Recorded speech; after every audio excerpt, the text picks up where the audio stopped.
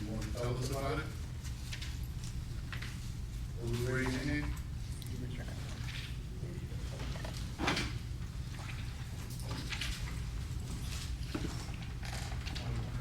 Yeah, well, did you raise your hand too?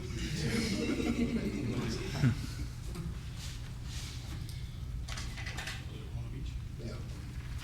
Well, I'll say something about it. Based on my understanding, I've been in Consular in like 10 years. But from my basic understanding of it, it's our energy that's inside of us that we're radiating outside. Okay, that's So a it's similarly to the aura. simple answer. That's what most people know. I think tell you a little bit, but I think, but I think it also holds your past lives in it, and also all your emotions and attachments and affinities, and, I also think that it can also, I'm here to understand how it actually connects with the chakras, but, I guess the process of through the chakras, you can see the more changes. I mean, that's part of it, but it's not all of it either, but it's part of it. Both of you are correct. Part of it. Anybody else? Nobody else? It's your mind. Huh? It's your mind. Yeah, it is the mind. And then your sickness, illnesses. The auric body is the only part of us that moves from life to life to life to life. It is that part of us that the soul uses to move us from one incarnation to the next incarnation. When you die, the thing that you will not lose, you'll lose this physical body.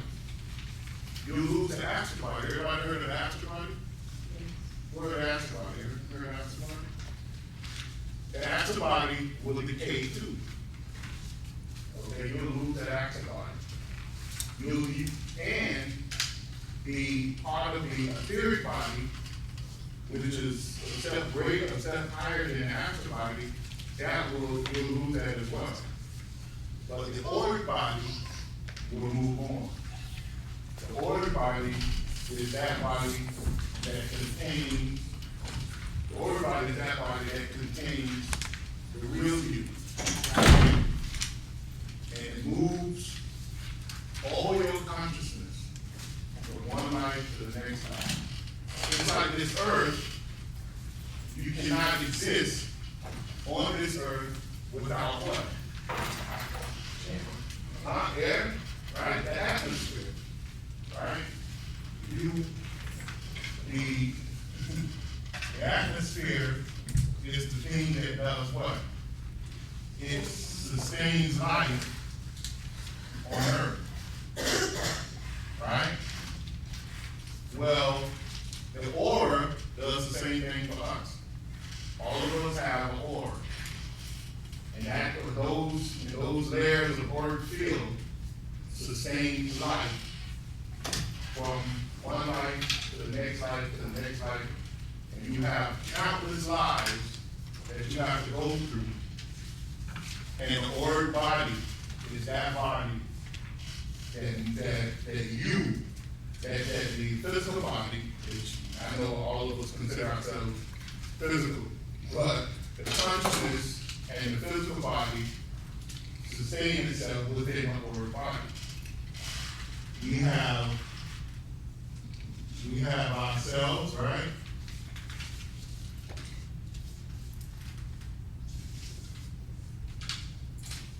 And the only reason why we exist is because of the auric body.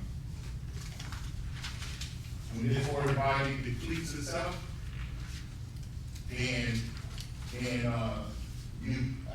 this physical, when the auric body leaves, this physical body cannot sustain life anymore.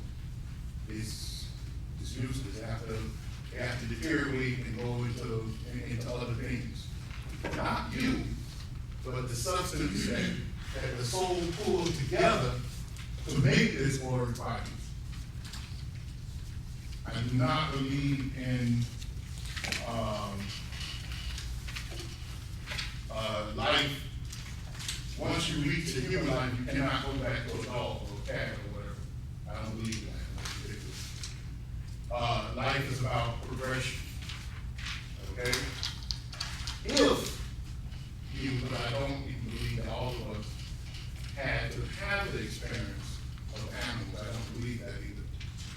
If you had to go through the animal kingdom, or all the different animal kingdoms, if you had to progress through that, through years of reincarnation, then you can never go back to that, because there's constant progression. Your soul, your consciousness have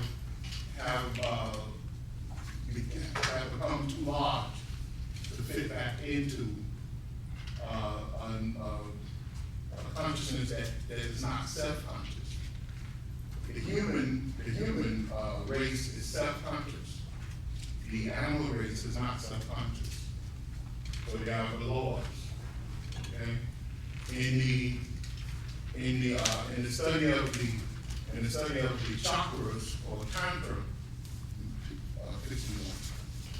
in the study of the chakras, they say that when the Shakti consciousness reach the base chakra, then self-consciousness comes about. The chakras below the base chakra is the chakras that, because the chakras, to understand that the chakras are vortexes of not only energy, but consciousness. That's how we experience life throughout chakras. So when the chakras below the base of the spine is the chakras, is a level of consciousness that the animal life lives. So the animal life, they don't experience self-consciousness. They haven't. Their goal is to reach the base consciousness. Like our goal is to reach the crown consciousness. Right? That's our goal. So as you move through life, you as you said, there's a mental body and an order. The order makes up the mental body. Your mind is not, your mind or real consciousness is not necessary in the brain. The brain is only an instrument for mind substance. The same way your body is an instrument for mind substance. So therefore, the consciousness of man resides on many levels throughout the chakra system. You have 108 chakras within the body. You have 7 major chakras along the spine that relates to the major levels of consciousness, and that's where your consciousness resides. From the base chakra, the sex chakra, the solar plexus chakra, the heart chakra, the throat chakra, the Christ chakra, and the crown chakra. That's where your consciousness resides. Are the chakras contained in the physical body or in the auric body? The chakras in the auric body. And yet the chakras are not. Because why? What are the chakras, really? When we get deep down into metaphysics, what is the chakra?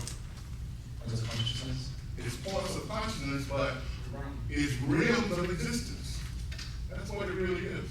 It's realms of existence that the auric body tie your consciousness into in order to experience and express consciousness. That's what the chakras really are. That's it. Or I say it's realms of existence that the auric body, the soul, ties your auric body into in order to experience consciousness. That's what it's really doing. You get it? It's a little bit, yeah, I get it. So, and it's really simple. And anything I'm telling you, don't take my word for it, go back and study it. Go back and study it, and I'll point you to the books that's 10 times older than me. So I can point you back to this ancient teachings. And it's been there for thousands of years. It's been there for thousands of years. But you won't get this type of information because most people don't know it. And most people, unless they live their whole life in search of this or study of this. But when you see it, you're going to say, oh yeah, aha, it's true. Okay? So the soul is really above consciousness. Okay? The soul is not consciousness. The spirit is above consciousness. The spirit is a divine spark of God. It is that part of God that never separates itself. The soul was created by the spirit. So therefore the soul is totally aware of the spirit's power, of this divine spark. But the soul was given directives to involve itself in order to go through this thing we call an evolution. So the soul main directives was to bring about an evolution in order for evolution to proceed, to be done. So therefore, the soul had to go through a series of involving itself. And one of the things it did, it used the Shakti power that is all about us, that is the power of the universe. The Shakti power contains everything that the universe needs, all the necessary principles that the universe needs in order to bring about creation. So what it did, it used the all-knowledge space, what the yogis call nadi yoga, wisdom. He uses this wisdom. It took this wisdom and used the next thing that came was mind. It is mind, energy. Mind is not a substance, it's actually energy. It's all pervasive. It uses mind, energy. And it took the wisdom, it used the mind to mold the prana. We know what prana is. Prana is vital energy. And it molds this prana and vital energy, and it does it all in the energy called love, which is preservation. All right? And the love energy is actually it preserves life throughout its duration. And these are the four major principles that Shakti works on. That is all pervasive Shakti power works on. And then from there comes the Mahabhutas. Everybody heard of the Mahabhutas? The Mahabhutas are the cosmic elements of the universe. They are the etheric cosmic elements of the universe.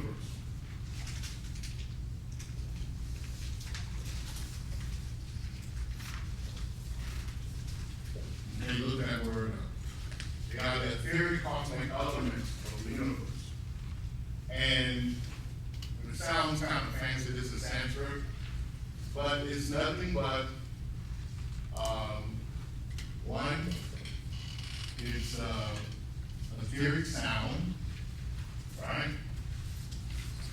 I won't give you the Sanskrit name for it, so you can understand it. Right? You have etheric sound, and you have etheric air, right?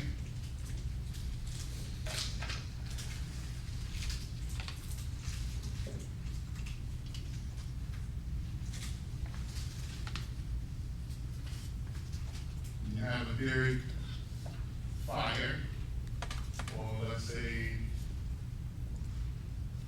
it also can be light.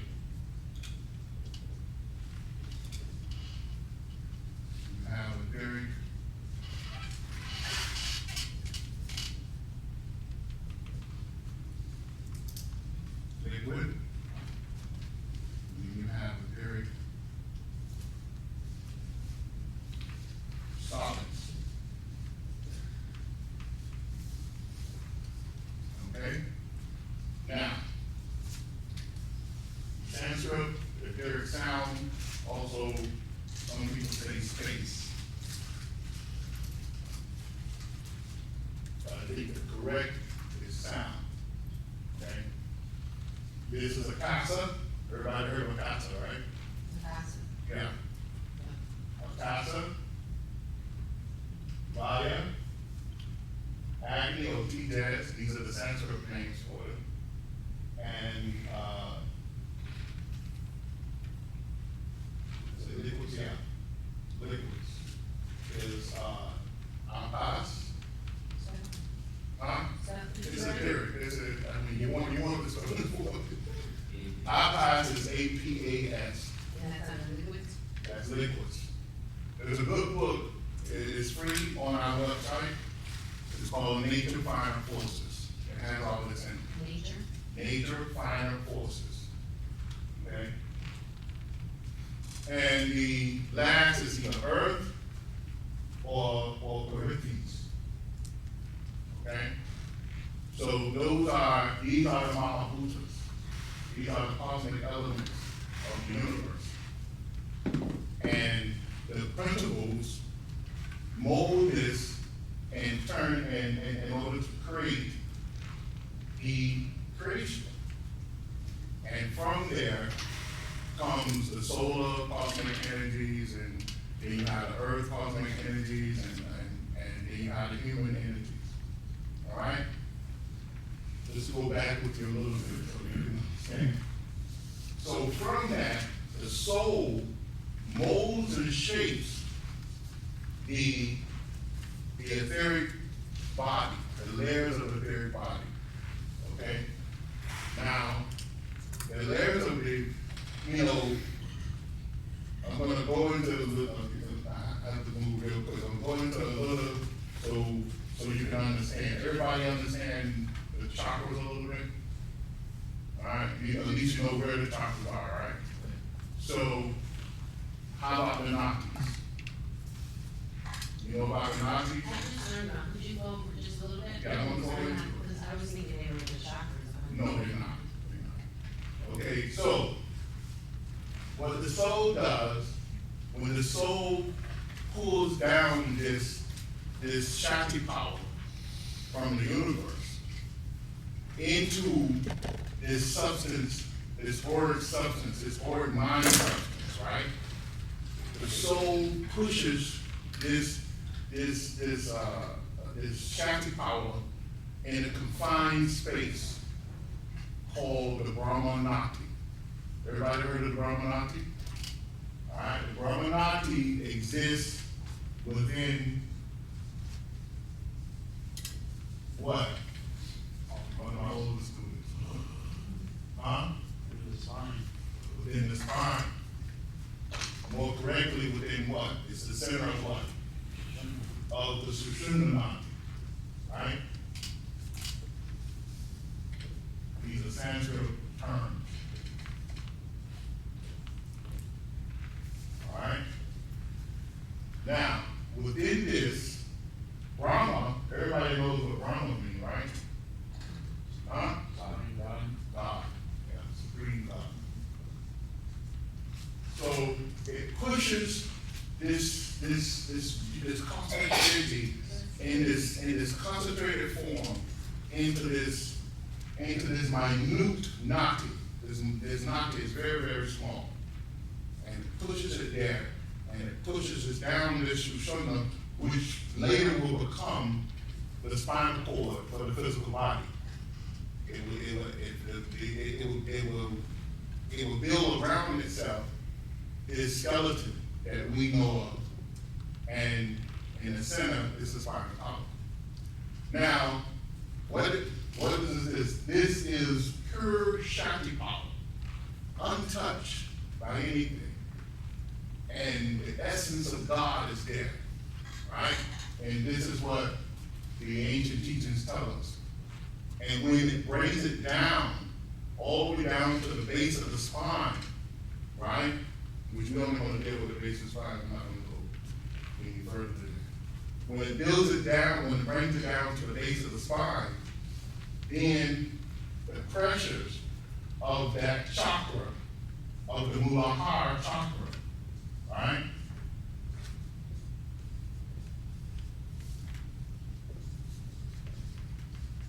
The Muladhara chakra is the base of the spine chakra. Okay? It's the base of the spine chakra. And when it brings it down to that chakra,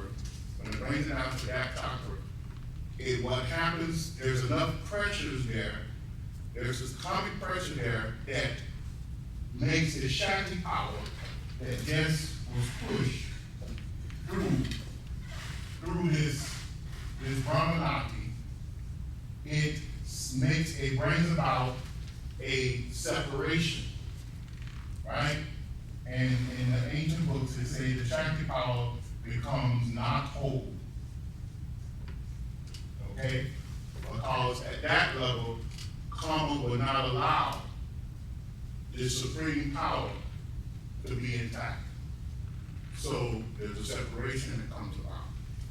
And the separation brings about positive and negative. Now, before then, the Shakti power was positive, negative, and neither. See? Because it was whole. It had a neutral force in it, it had a positive force in it, and a negative force. All in unison. But at this point, it becomes not whole. And this is where the thing that everyone knows about and brags about, called what? Anyone? Kundalini. Kundalini is formed, the Shakti power at this point turns into Kundalini. Now everybody heard about Kundalini, right? Who haven't heard about Kundalini? Who haven't heard about Kundalini? Everybody talks about Kundalini. I didn't know it was kind of yoga. Huh? I know it was kind of yoga. It's actually a force, it's the life force of the body. Kundalini is the life force of the body. It is the vehicle of consciousness that the soul uses to power the body. And everybody talks about Kundalini yoga, rising is Kundalini yoga. But very few people really understand it, okay? So from the Kundalini yoga, the soul lodges this Shakti consciousness in the Kundalini yoga. Now, the thing about the Kundalini yoga, because it becomes not whole, over 90%, probably 95 to 98% of the Kundalini yoga, right, is dormant. It's dormant. Okay? And only 2 to 5% goes up from there. And it moves from there by the nadis. But what happens when the Kundalini goes into a sleep, it releases a sound vibration. They call it the celestial sound. And this sound vibration creates this thing called the nadis. And the nadis has a positive and negative side to it. The positive side is the vital energy moving from the Kundalini. The negative side is the mental energy moving from the Kundalini. And this mental and vital energy moves up and crisscross in and out of the major chakra along the spine. Alright? And by the time it reaches the third eye or the Christ chakra, right, it have created 442,000 nadi pathways.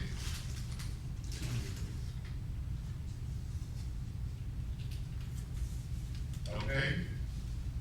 And that's how the nadis comes about. These nadi pathways creates the motion of it, because moving at tremendous speed, it helps create all the different systems in the body. In fact, it becomes the background.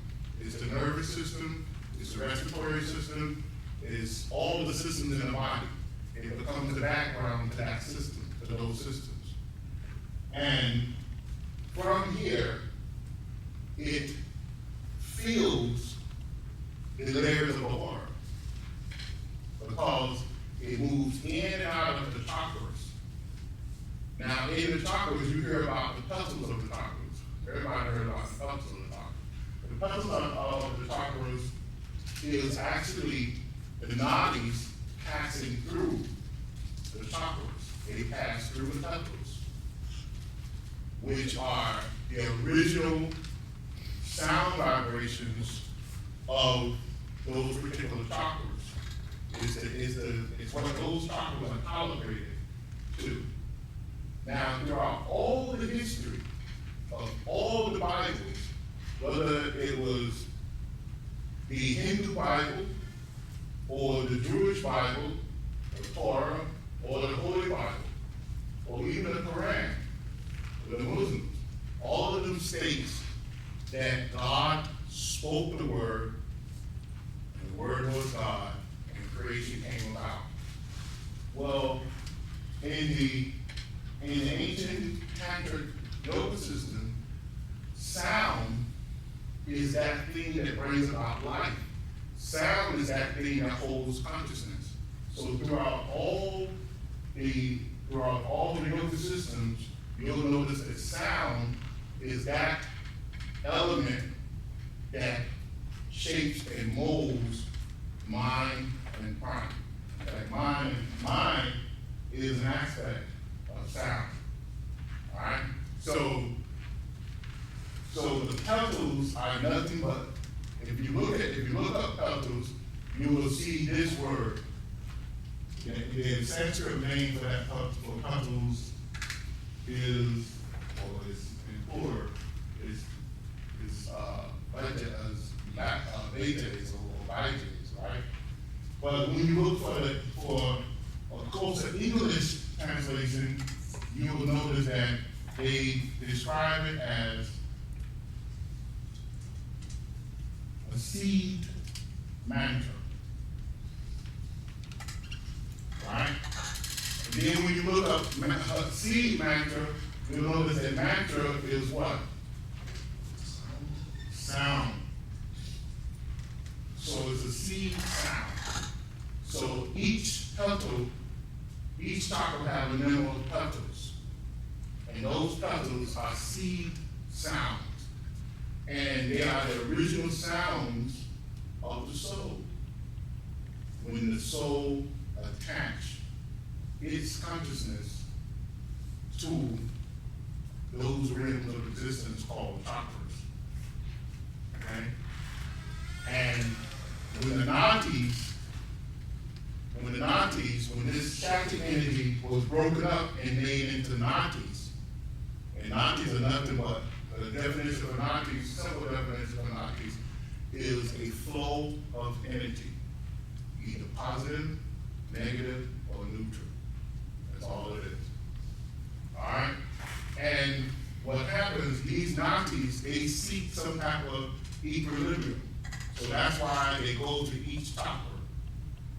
And they pass through these openings called the petals. And they come out and they go to the next chakra, to the next chakra, until they find some type of equilibrium at the third eye, at the Christ chakra. Okay? So from there, you see that, I'll give you a little background of the aura. That's the auric body. That's the auric body. And from that auric body, you can look and then you can begin to understand these charts I put together. All right? And if you notice, each one of these charts are connected to, you'll see them on the end. First you have the aspects of the auric fields. Then you have the body of expression, because all of these are vehicles of expression. All right? And then you have the realms that it operates on. And lastly, you have the chakras, right? That express that particular consciousness. Okay? So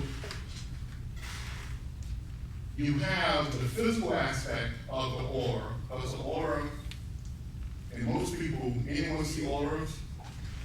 You see auras? Do you see the lights or you see the colors? I usually see the bad colors.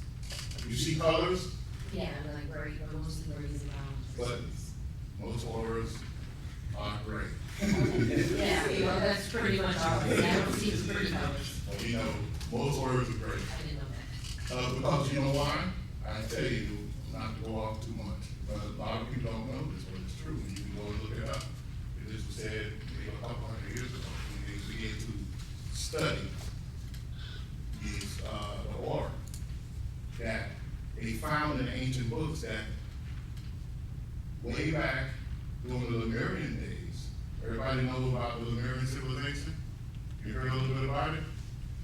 We had the Lemurian civilization was about 18 million, it started about 18 million years ago. And then it died off maybe about 7, 8 million years after that. And then the Atlantis civilization came about. And the Atlantis civilization died off about 850,000 years ago. Okay, now we're in this civilization, right? Now, by the, this civilization supposed to, well, if we go back to the Indian calendar, it's called the Kali Yuga civilization, which actually started because the Atlantis actually was destroyed. Atlantis was actually destroyed about 850,000 years ago. But this civilization, the Kali Yuga civilization, according to the Indian, the Eastern Indian calendar, started at the death of Sri Krishna. Okay? But going back to the days of Lemuria, mankind became fascinated with the physical body. The earth was pure, it was green, and you had all this magnetic and spiritual energy all around us, right? And what they said happened was we became just crazy about the physical body and preserving the physical body. So we took up a practice called burying. And we started burying the body. We started burying everything. We buried our dead. Now, what is soil? Anyone know what soil is? The soil on the ground. Just decomposed matters. Decomposed matter. We created that condition here on earth. And from that condition came this gray matter that's everywhere. And when you become psychic, it's one of the first things you begin to see. You begin to see all this gray matter, this gray substance that's floating from everywhere. You think everything is good. What this world is this? And it's everywhere. See? And that's why the traditional type mystics, they don't bury their dead. They cremate their dead. Okay, that's one reason why. Why? Is that also a reason? Because we contaminated the earth from burying our dead. For 18 million some years, we contaminated this earth. It actually changed the dynamics of the earth. Because the earth used to give to us a little, more naturally than what it did. And there's only a few places in the world where the earth still gives back.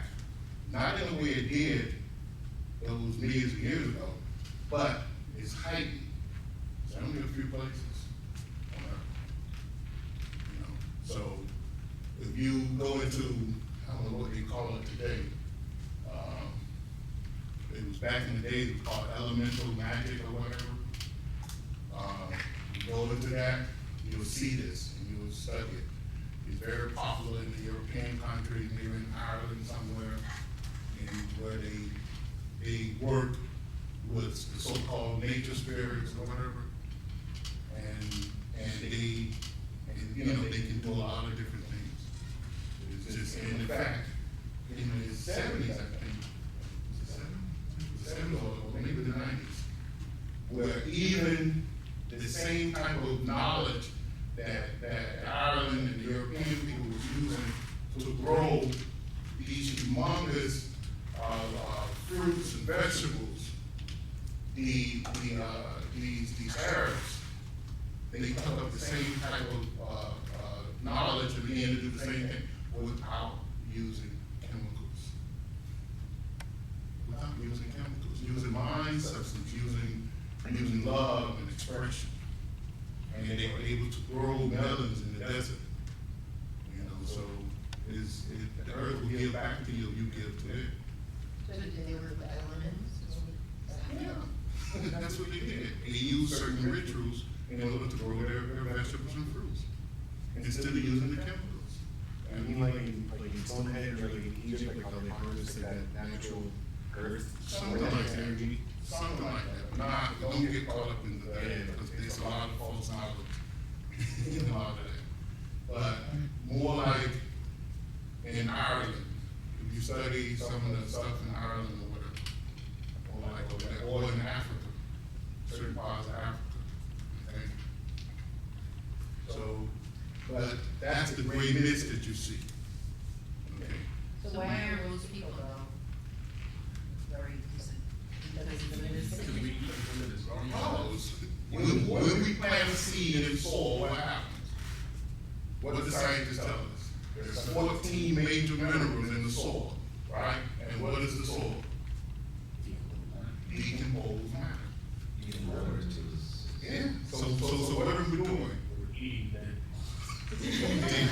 So what is it that you say that other people who can see the orange and yellows? Because they become, those are people who are able to tune in and to actually, you know, their concentration become better. Because in the beginning of your psychic visions, you see a light, right? You just see a light shining around the body, right? And after a while, you see the gray. And then after that, you begin to see the colors. Okay? But the gray is still there. I've never seen the light. You never seen a trace of light around people? No, I just would see. Did you see that? Yeah, I see it. I'm looking at it right now. It's like, almost like vibration. Yes, that's what it It's is. like vibration, but it's like almost clear. But then on some people, like for instance, one day I was just in the mirror and I was like, whoa, I turned around and saw like pink light, that's all I saw around her. That's the worst place, that's the worst place to tune in, because there's. I'm just saying, it's the worst place to open up your psychic I sense. don't tune in, the thing is, it just I happens. know, but you have to learn not to let it happen. Okay. That's the power, to learn not to, because that's the worst place in a club to open up your psychic senses.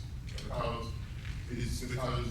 you open yourself up to a lot of bad, negative vibrations. That's the worst place to do it.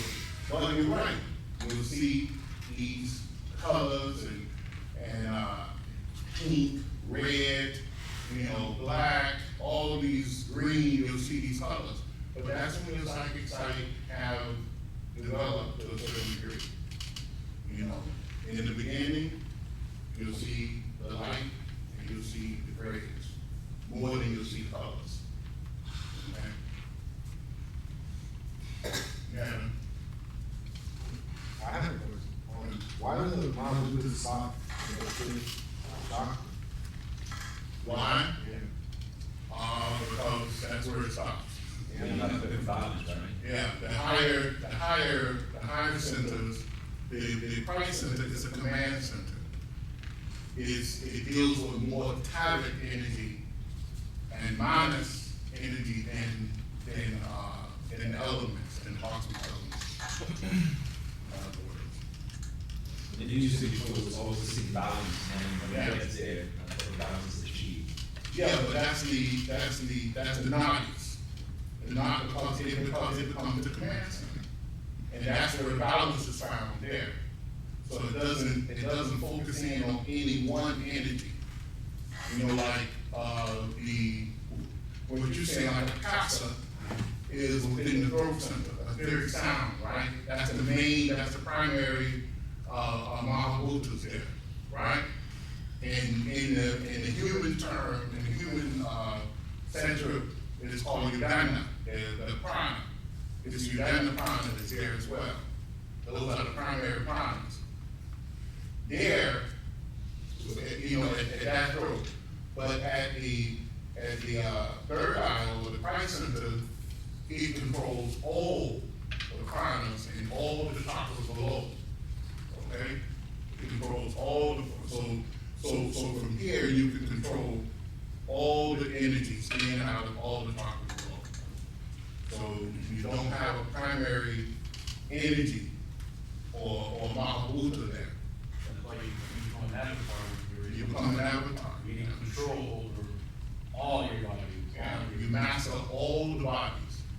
When you can raise Kundalini to its fullest level and bring it there to the Christ center, you can control everything below. And it's the chakra below that controls these bodies. So do the chakras open up as Kundalini? Is it not? Yeah. You have to consciously wake up that 90% that's going. You have to wake it up and move it through each chakra. That's the only way you can open the chakras. You cannot open the chakras any kind of way. And some people actually back in the day when they especially Western people, when they came aware that this energy existed, they actually hooked up electricity, cords of electricity to people's spine, trying to, not deadly electricity, they took out the deadly part of the amps or whatever, and they pushed the electricity trying to wake up the Kundalini, and it didn't happen. Only thing that happened was they were just blowing this blue flame out of the hand or whatever, but it did not work. The only way you can move this energy is with mind energy, concentrated mind energy. And that's where the 8 limbs of yoga. Who heard of the 8 limbs of yoga before? Okay, study the 8 limbs of yoga. It's usually given in Raja Yoga. It's only through there that you learn the keys to concentration, contemplation, and meditation. All right? And then you can move this power underneath. So the physical aspect of it is like I told you, you'll see the lights on the physical body. It's usually this outline of light, and you'll see this gray matter, and you'll see people get angry. You'll see this red with a black background.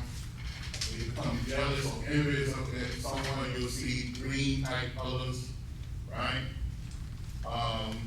When they get into the study mode, you'll see this yellow type color come around them with traces of green and red. When they, when they become excited, you'll see pinks and reds burst from them. This is, and it's still in the sharp psychic, you will still see the gray, but you'll see the colors too. Okay? And those are the basic levels of an aura that radiates mostly from our consciousness of the base chakra and sex chakra, and sometimes the solar plexus chakra, which is the navel chakra.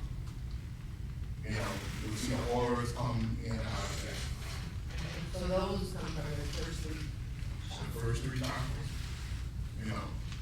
And once you get up to the heart chakra, the heart chakra is studious type, intellectual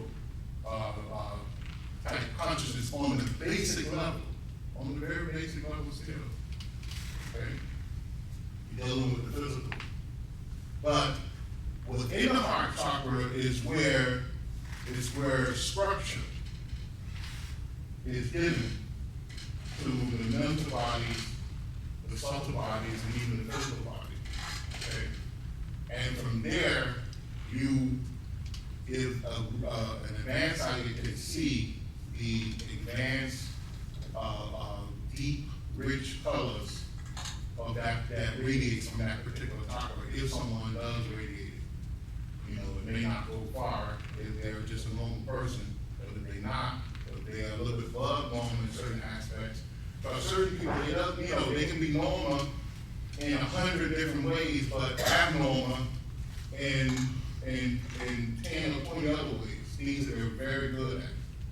You know, like if they, and you see this mostly in athletes or artists or performers, you know, and you'll notice that they go into this cloak, this frame of mind, you know, even in some executives, you know, that run companies or whatever, you see their aura change and they go into this frame of mind and they become, you know, they begin to produce these bright colors because they're working in this perfect environment to create something, okay?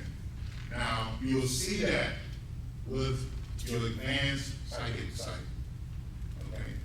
So there's different layers. Each chakra produces a different layer of the spectrum.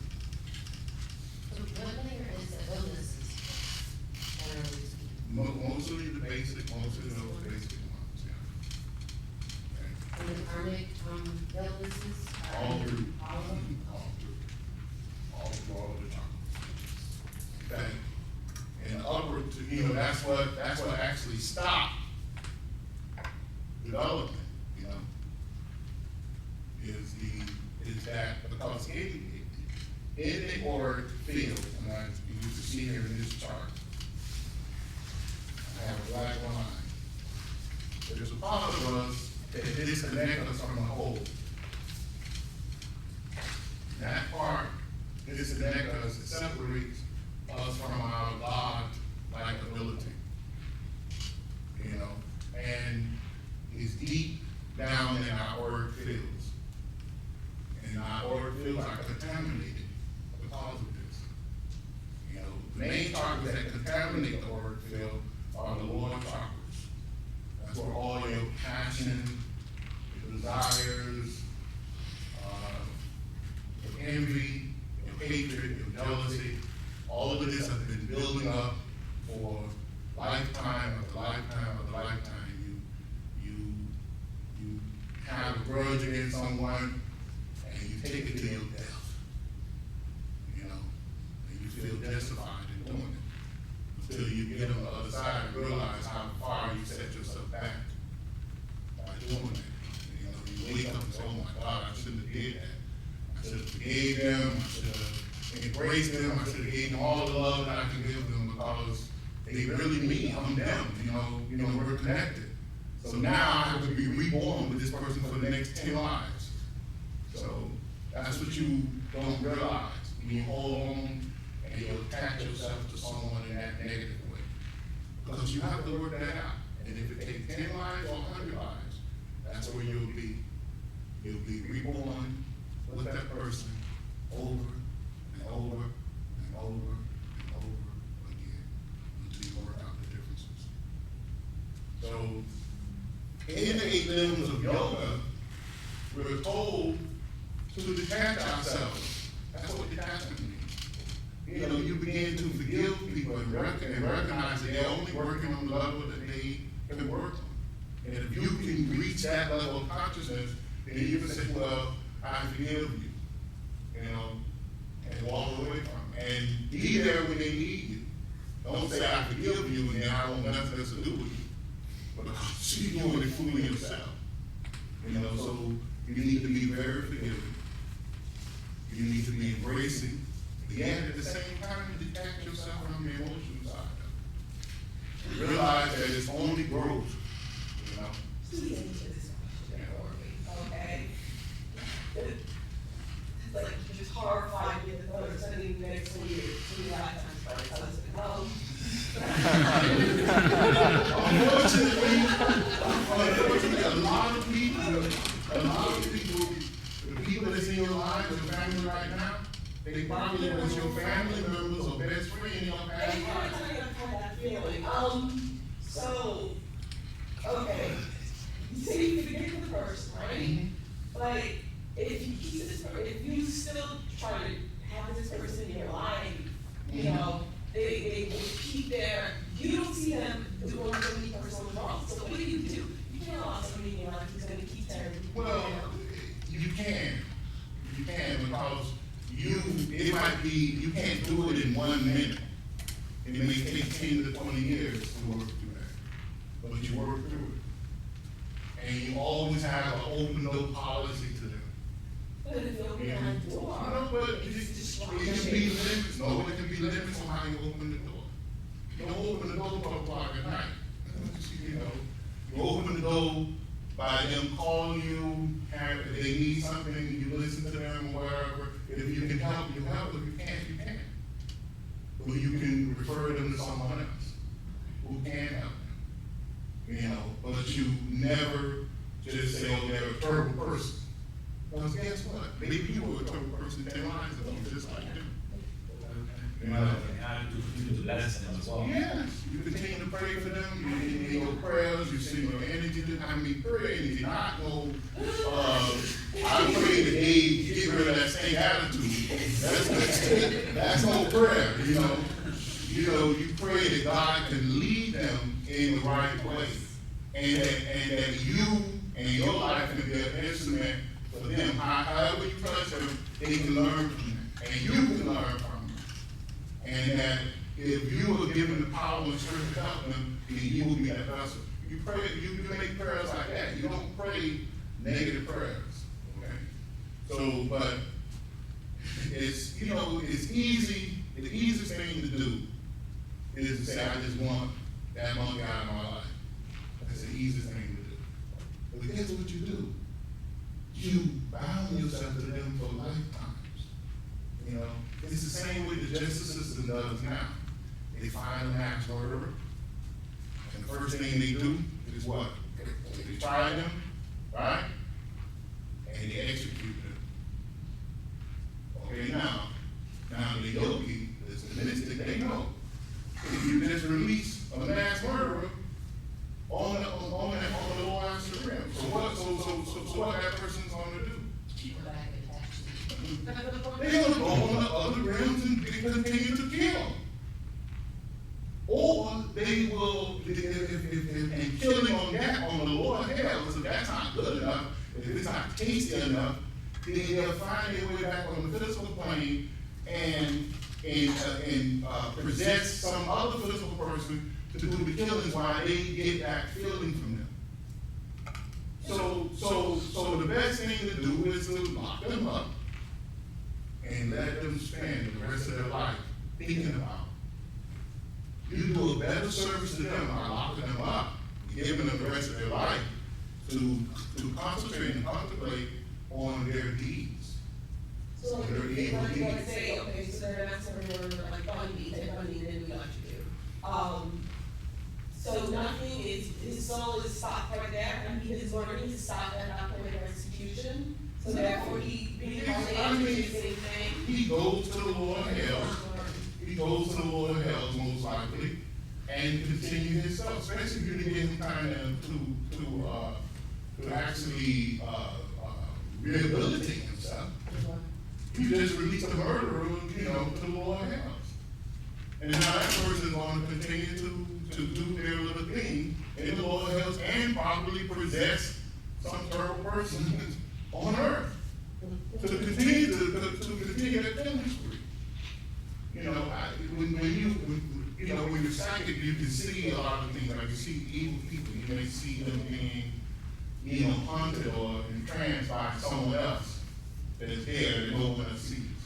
The same way when you go to, when you see a doctor or a healer, you notice that behind that doctor and healer, there's people of great renown that once lived on this earth, working through that person in order to do the work that they're doing. So it's the same way with killers.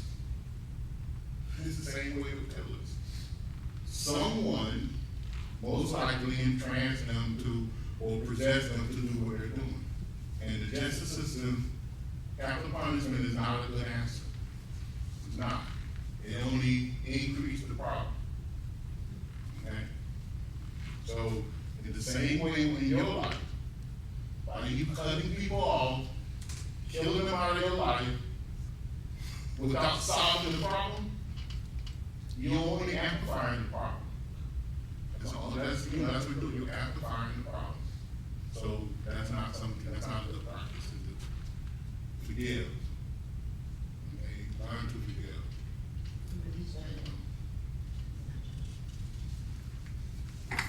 Okay?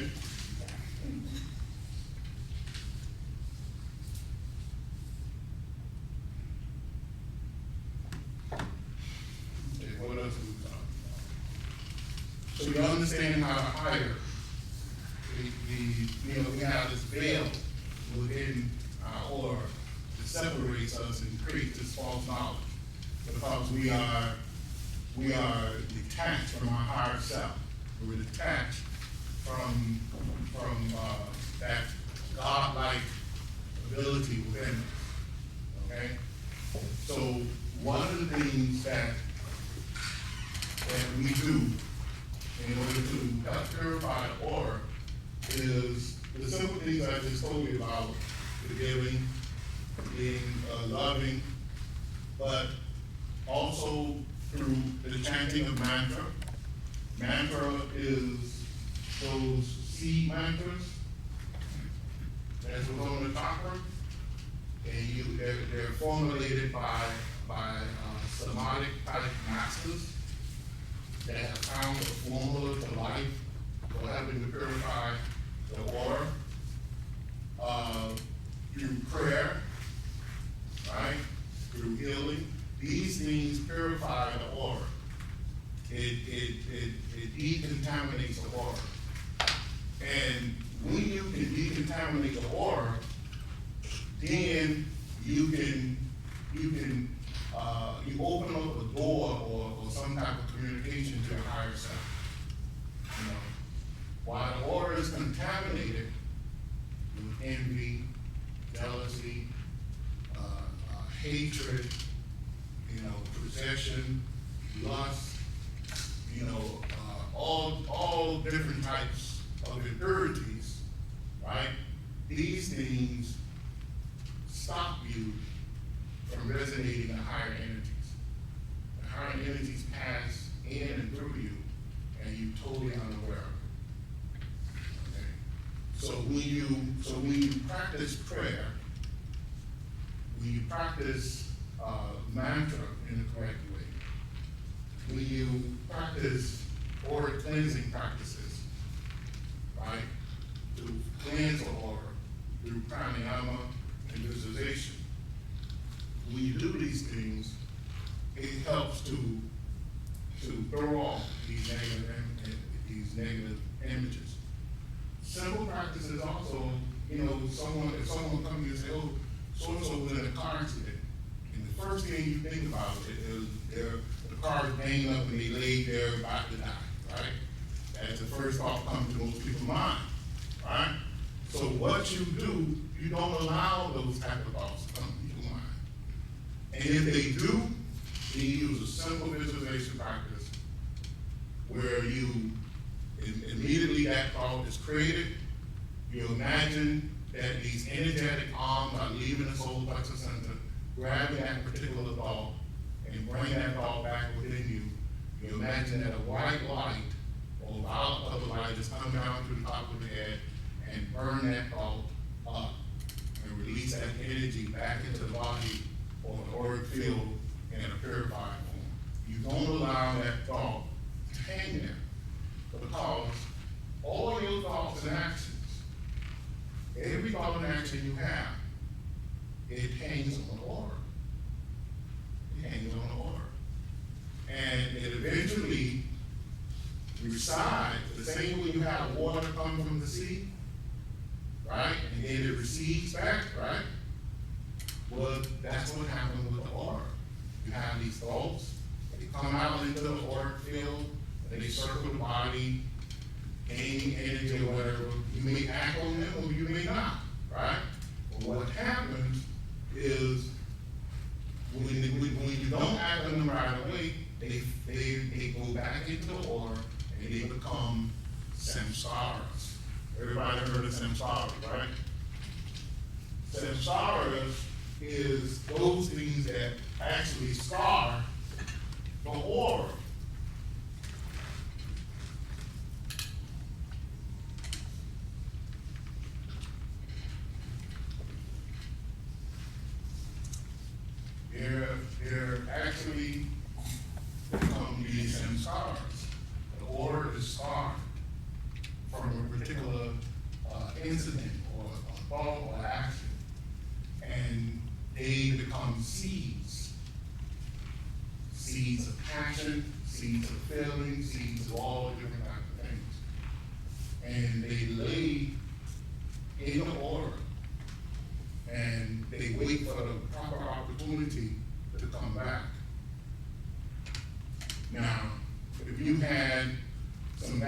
samskaras, and those samskaras became seeds within the auric field. And then the proper condition come about to allow those samskaras to come back up, then you might be subject to those strong feelings again. It's like an addict. Someone, they go and they use some type of drugs, and you know, that thought and the whole action, the whole incident, it weighs on their aura, it becomes a samskara, and they try to move away from it, or the conditions change outside, and that becomes a samskara. Then 5, 10 years later, they're tempted by the same conditions that brought about the addicted attitude before. The samskara come back up, it becomes too strong for them to be able to relive that incident until they correct it, until they burn that samskara out. Right? That's your aura. So PTSD. What would you say? So the negative thoughts are the things that float out of the Yeah, and then positive. they become samskara when they become more embedded or entrenched. Or, and positive, yes.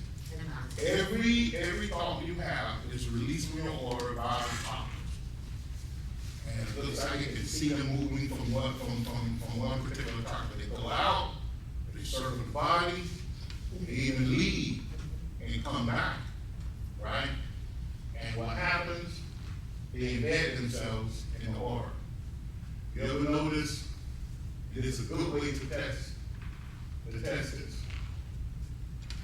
Think about an incident that happened maybe 10, 20 years ago, and then and then there's a particular song connected to that particular incident.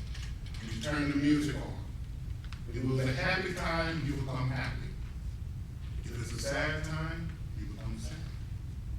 Because why? That music opens up the aura in some type of way, because that sound has that effect.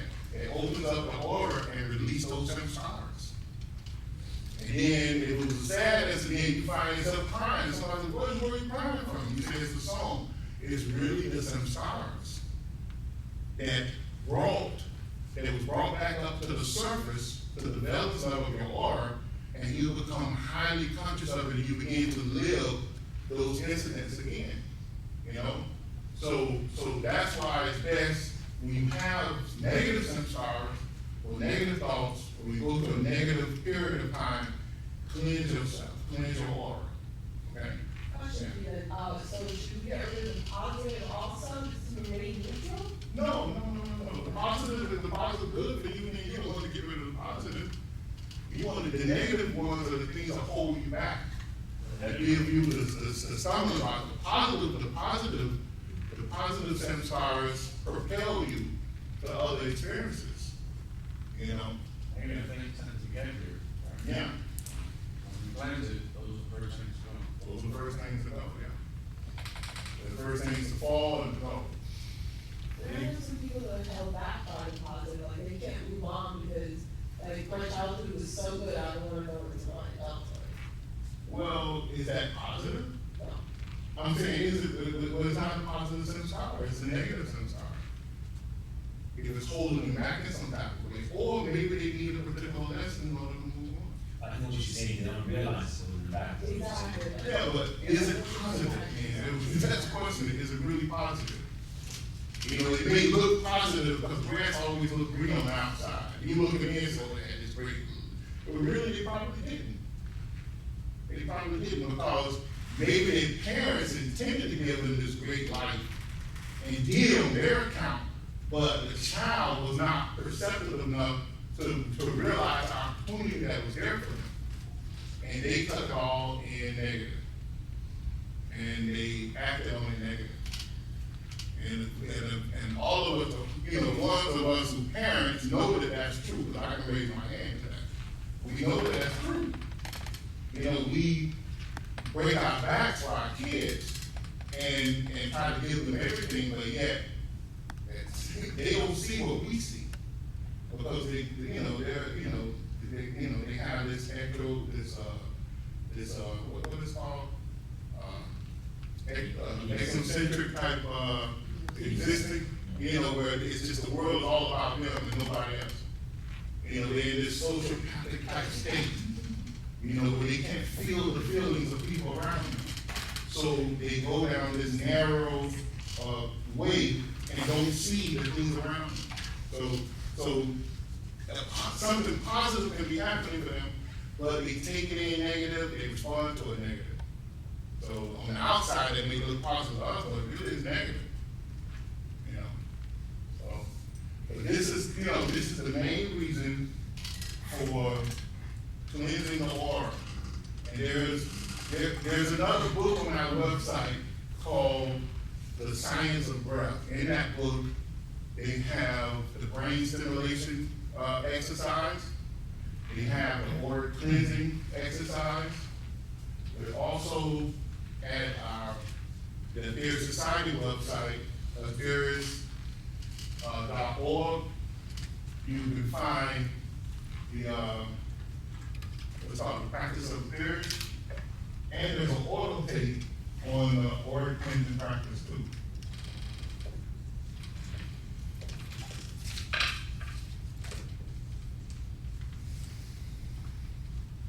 Our website is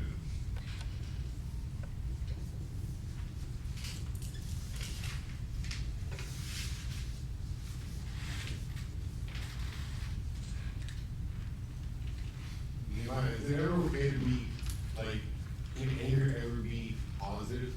Like, if someone's suffering, someone's being treated unjustly, like, it makes you angry in some way, is that negative always? no, it's not negative always. It's okay to have that feeling, right?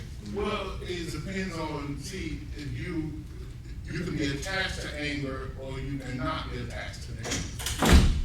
And then it's your intent. You can be angry for a good cause, you know, and you can go into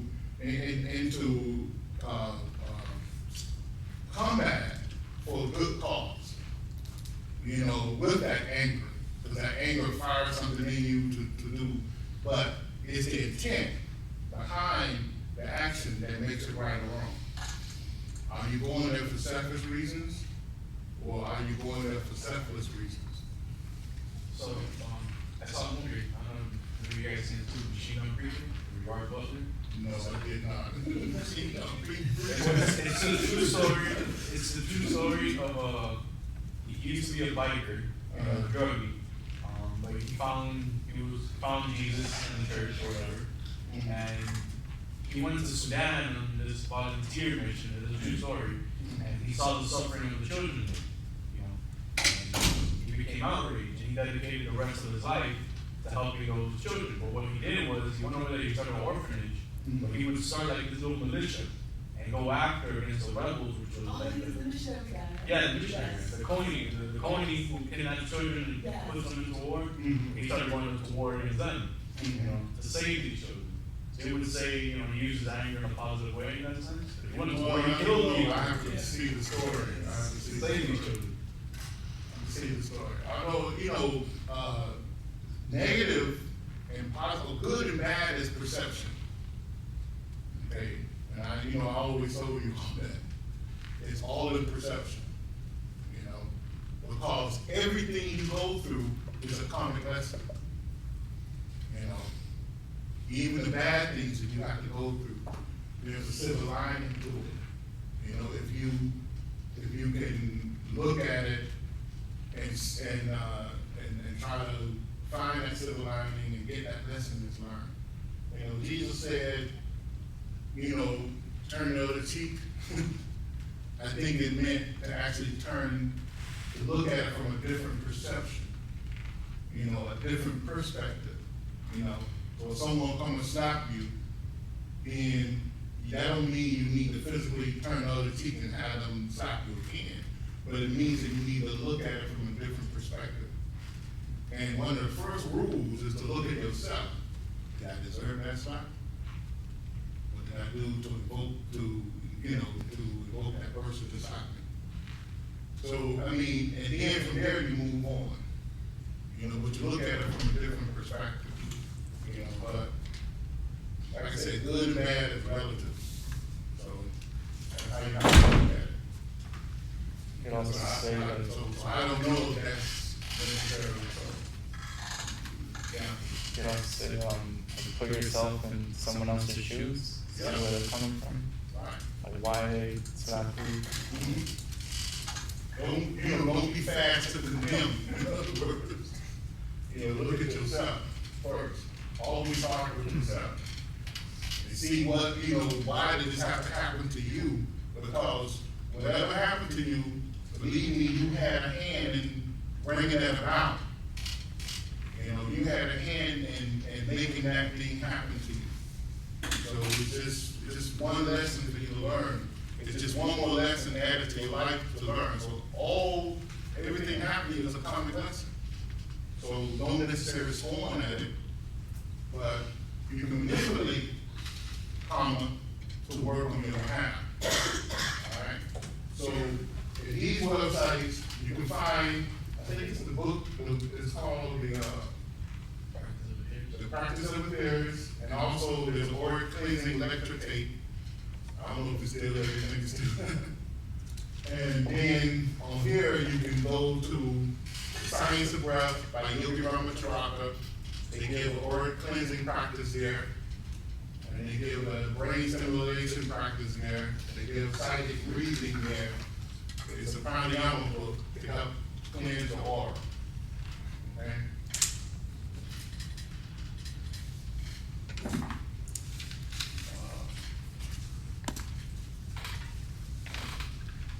We're running out of time. But here in the back, I give, I think it's like 3 sheets that goes into the basic laws of karma, which you can't talk about the auric body without talking about karma. And action and reaction opposite is opposite and equal. That's one of the, it's just one of the laws of karma. In fact, when you look at the laws of karma, you'll find that if you know anything about science or thermodynamics, you'll find that they follow the law of karma. So when you look at the laws of thermodynamics, they actually took those laws from someone who gave away long time ago. In fact, action, reaction is opposite and equal is actually said by Buddha. If anybody knows who the teachers of the Lord Buddha stated that. That same thing also, in a more simpler form, Jesus said, as you sow, so shall you reap. It means the same thing. It means the same thing. So they were describing the laws of karma. Moses said something similar to that as well. So Moses said, our actions, shall create the right reactions. So says the Lord, or something like that. He said. So throughout all the Bibles, you'll see the description of the law of karma being told to man. Okay? So you can study this, we really don't have time to go into it. But I think in here, do I talk about the Samskaras here? Got it. Talk about the Samskaras on the last page, the last 2 pages. So, is there any questions?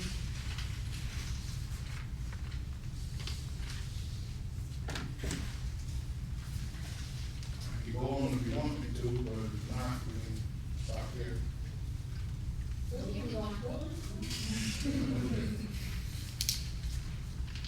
So, here we talk about the law of karma. We talk about every good action, every bad action. The good actions are, in philosophical language, we say, good actions represents a white magic, right? An action that results in these things that's good. Bad action, a real bad action, is all wrong actions, all wrong thought and actions. And white right thought and right actions. Okay?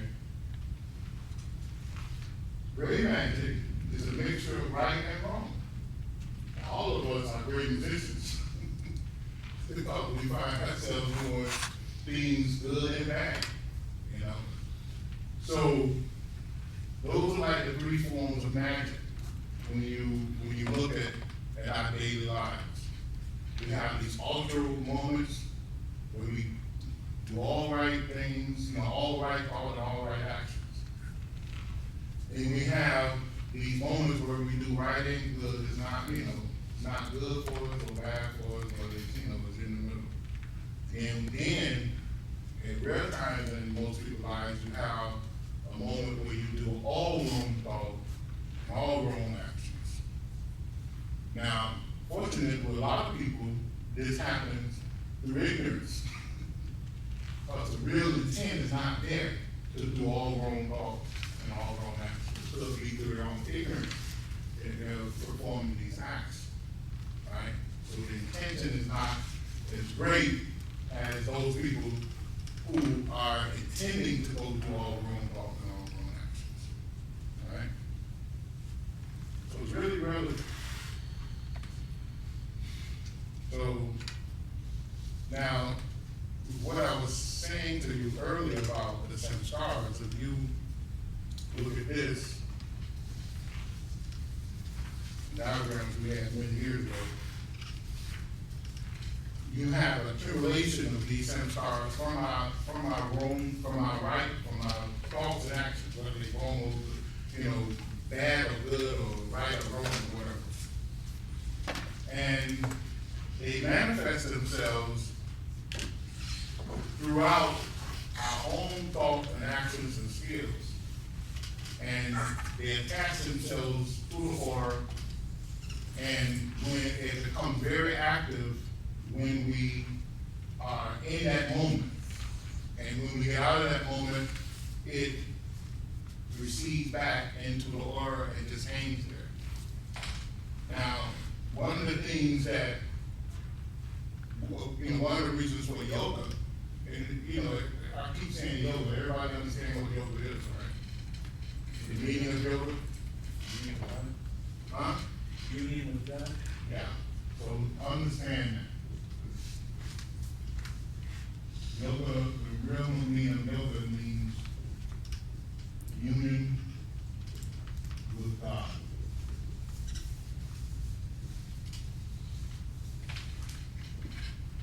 And there's many pathways to make that union with God.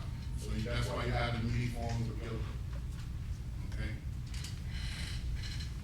So in our actions, in all yoga, you'll find these purification type exercises.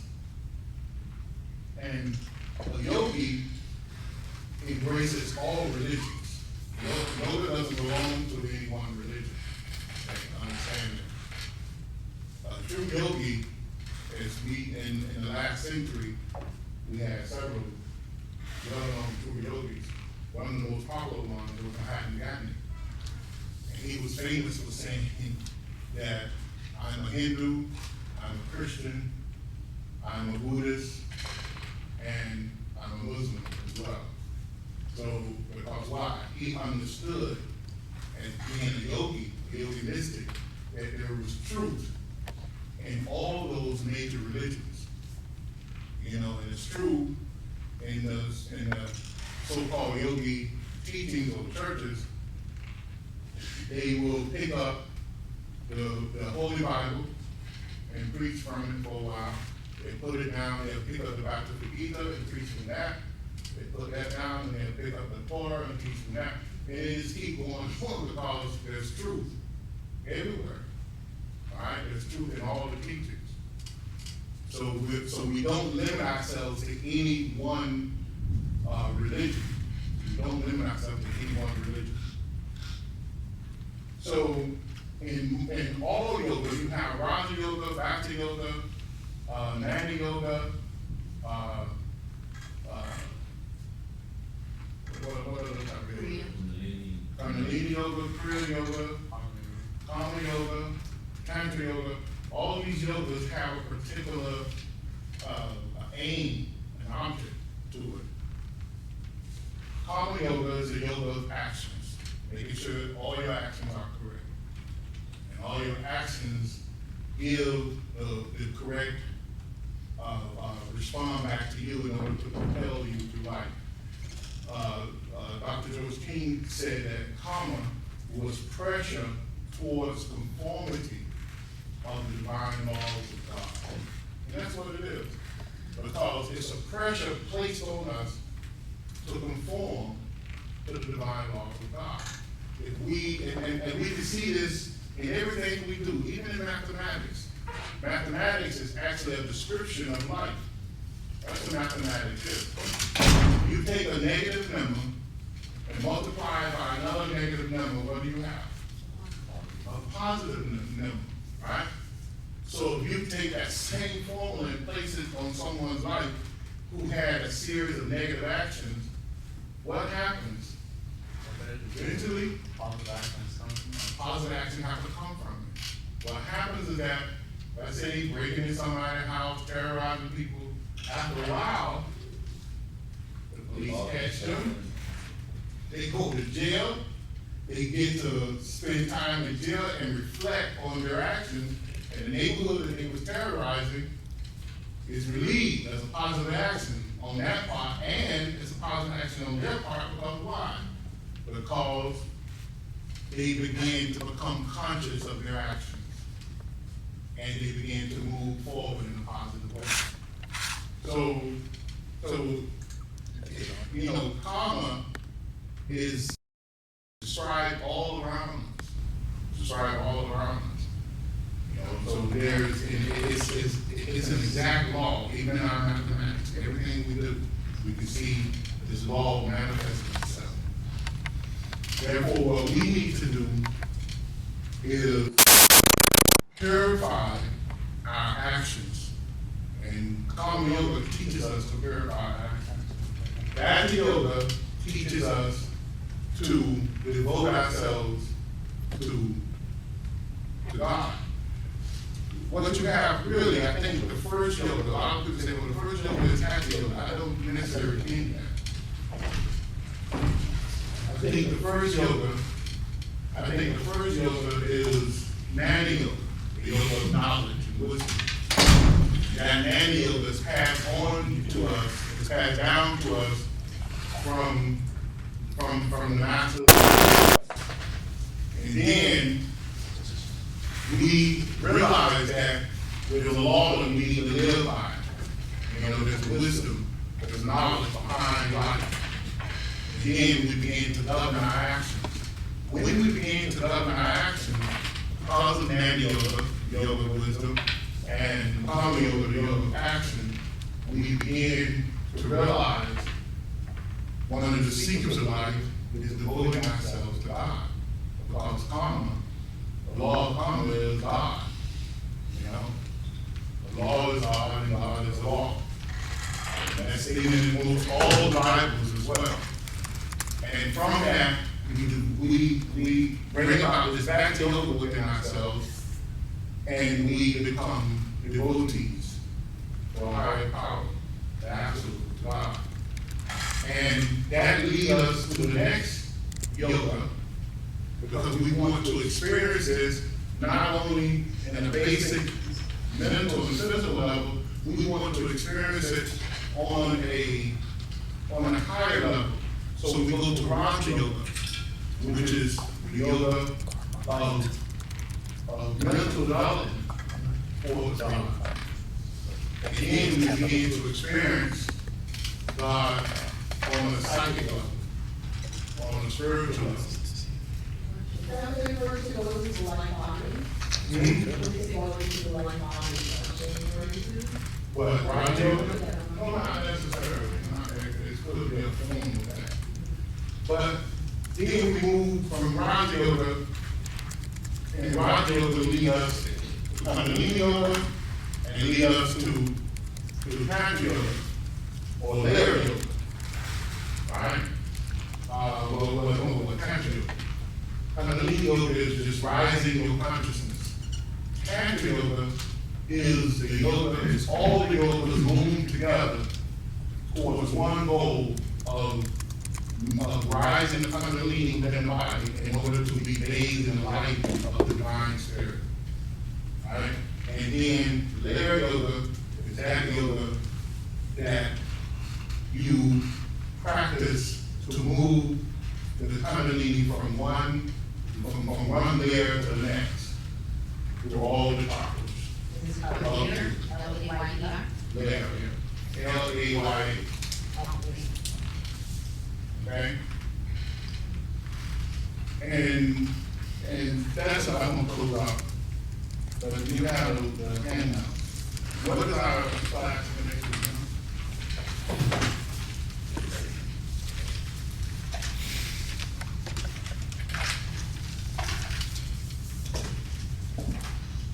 Mystic sound and metaphysical psychic development. Okay, we'll go into psychic development. We close out with a prayer normally. Before we do that, we finally have a location. We are going to host a healing workshop here at FIU, and the Panther holds 2 locations. We're going to put it on Meetup, and we're going to link you to the place where you can do the payment and all that, and register for it. Okay. We already have a location. It's going to be October 4th and October 5th. That's a Friday and a Saturday. October 4th is free. That's just a lecture. October 5th, it's going to be a certifying. We're going to certify everybody that attends on that healing practice called the King Technique. You can get more information online about it. There is a cost with the certification because we are going to hand out books, and the money we raise there, we're going to put aside to try to get our own location. That's one of the goals with that money. So we can move out of FIU and have our own location. So we'll keep more information online before we close out. That's it. Okay, you gonna do the prayer? We use a prayer method here. Yeah.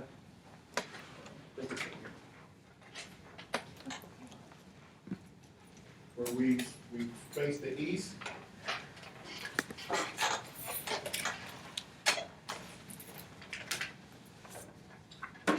Place our feet slide apart, slide on the floor.